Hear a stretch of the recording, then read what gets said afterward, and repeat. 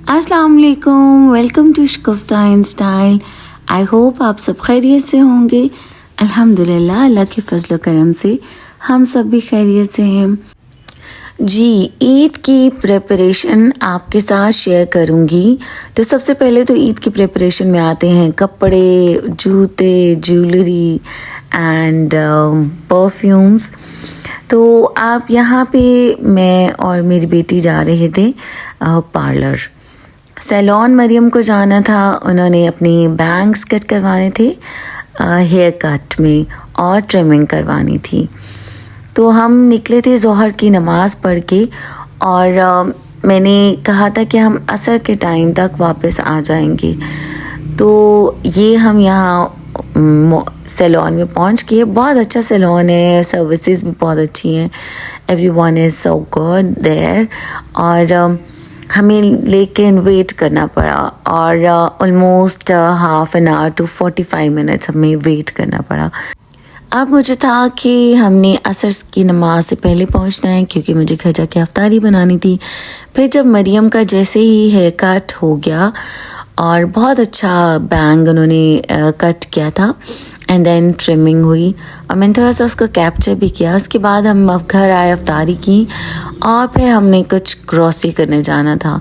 तो मैं मेरे बच्चे और मेरे हस्बैंड हम ग्रॉसरी करने के लिए चले गए थे इम्तियाज़ मॉल।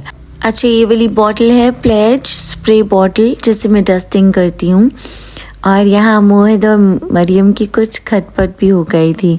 अब हमें ईद की भी कुछ ग्रॉसरी करनी थी और कुछ नॉर्मल रूटीन की घर की ग्रॉसरी करनी थी। तो हमने कुछ ड्रिंक्स वगैरह भी बाय की और बच्चों ने कुछ अपनी चीज़ें ली। ग्रॉसरी करने के बाद हम आ गए थे यहाँ पे गीगा मॉल। और गीगा मॉल में आई कांट टेल यू कितना ज़्यादा क्राउड था। पहले तो ट्रैफिक एंड देन अंदर भी बहुत ज़्यादा क्राउड था। मैंने सोचा था मैं बहुत रिलैक्स आपके साथ कुछ शॉपिंग शेयर करूँगी बट नहीं कर सकी बिकॉज ऑफ द क्राउड और बार बार फ़ोन निकालना, चूँकि चीज़ें भी चूज़ करनी थी। अब ईद की शॉपिंग बेसिकली जो है ना वो मैं कर लेती हूँ रमज़ान से ही पहले, ताकि रमज़ानुल मुबारक में मुझे बार बार बाज़ार में ना जाना पड़े। तो सिर्फ़ 1 और 2 दिन हम बाहर गए थे, बाकी दिन अल्हम्दुलिल्लाह घर पे गुजारे। तो अब यहाँ पे मोहिद आइसक्रीम ले रहे थे और ऊपर बंटीज़ लगवा रहे थे एंड ही कुडंट वेट। फिर मरियम ने भी आइसक्रीम ली कैरामल वाली और इन्होंने ये स्प्रिंकल्स रखे हुए हैं to add on the ice creams. तो फिर आप जब आइसक्रीम लेके निकले तो मरियम का स्पून गिर गया। आगे से हमने बास्किन रॉबिन से फिर स्पून दोबारा से लिया।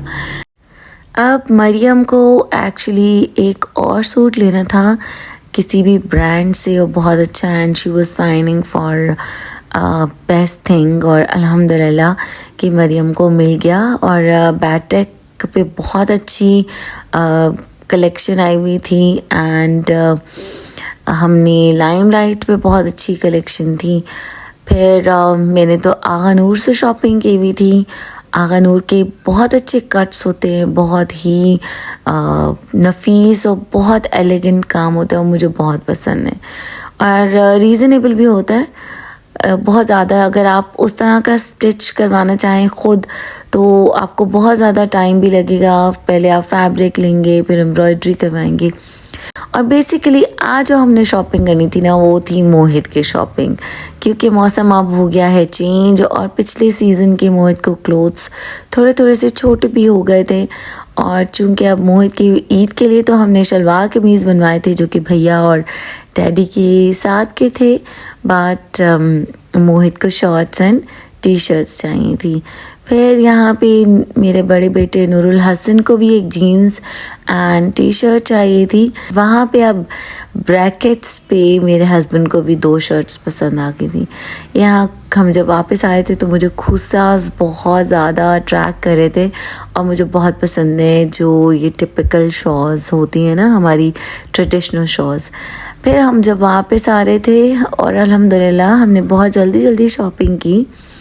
इसीलिए मैं रिकॉर्ड भी नहीं कर सकी। हम ऑलमोस्ट 11 o'clock तक वापस आ गए थे। हम 9 o'clock घर से निकले थे अफ्तार करने के बाद। तो फिर बच्चों ने कहा कि सौफ सर ने बर्गर स्टार्ट किए हैं तो हम बर्गर्स खाने चलते हैं।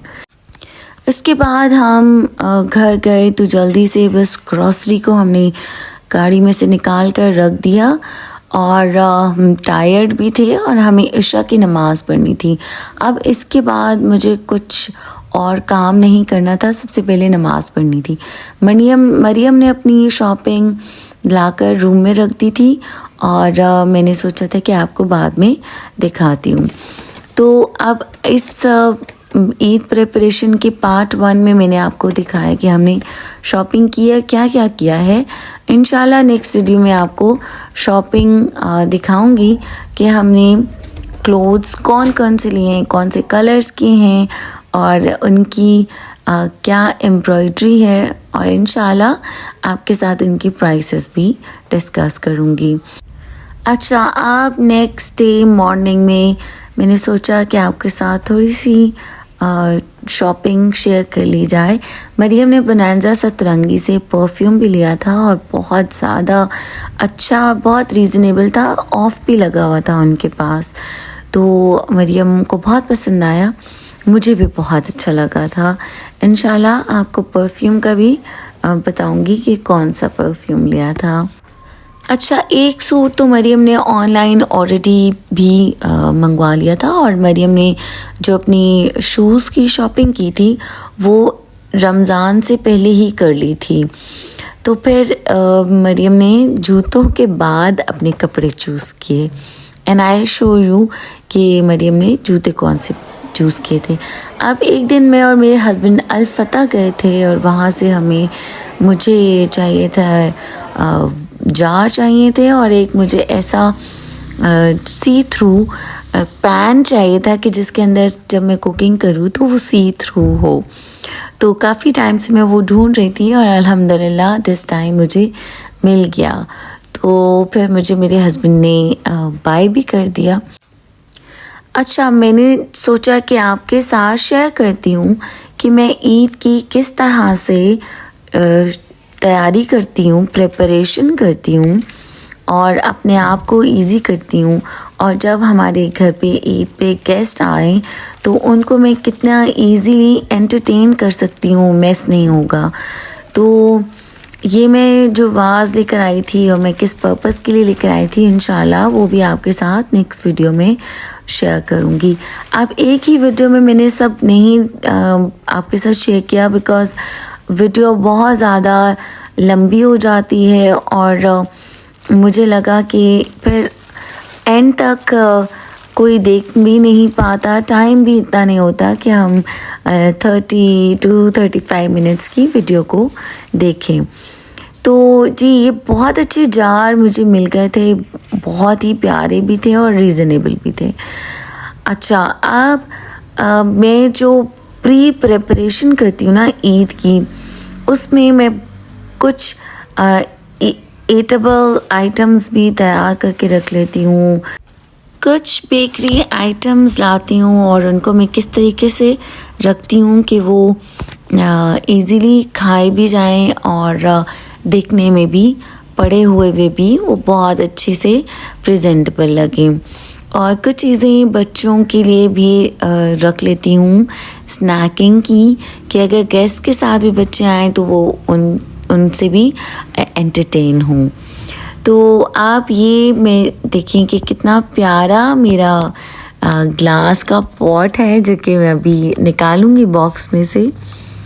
ये बहुत अच्छा फ्लेम पे रख के यूज़ हो जाता है।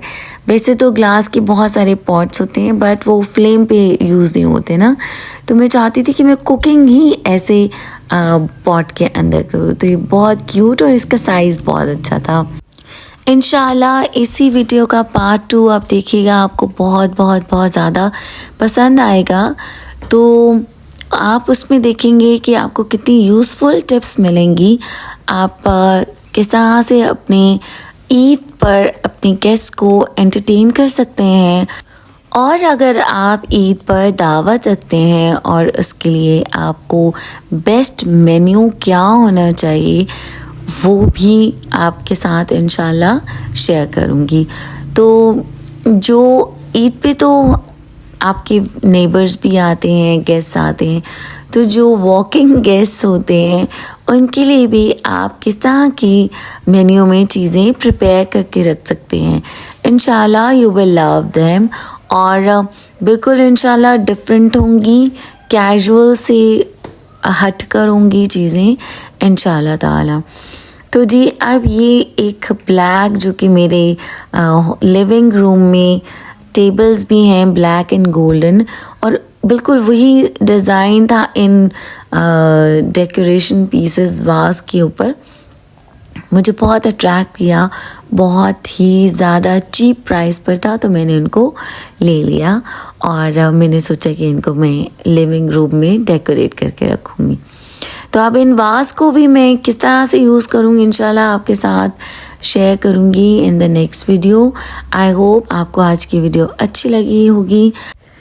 इंशाल्लाह नेक्स्ट वीडियो में आपको ये भी शेयर करूँगी कि ईद की प्रिपरेशन में मैं टी एंड कॉफ़ी कॉर्नर को सेट करती हूँ अपने आने वाले गेस्ट्स के लिए और उनको मैं किस तरह से एंटरटेन करती हूँ ईज़िली और इजीली उनको चाय एंड कॉफ़ी सर्व करती हूँ।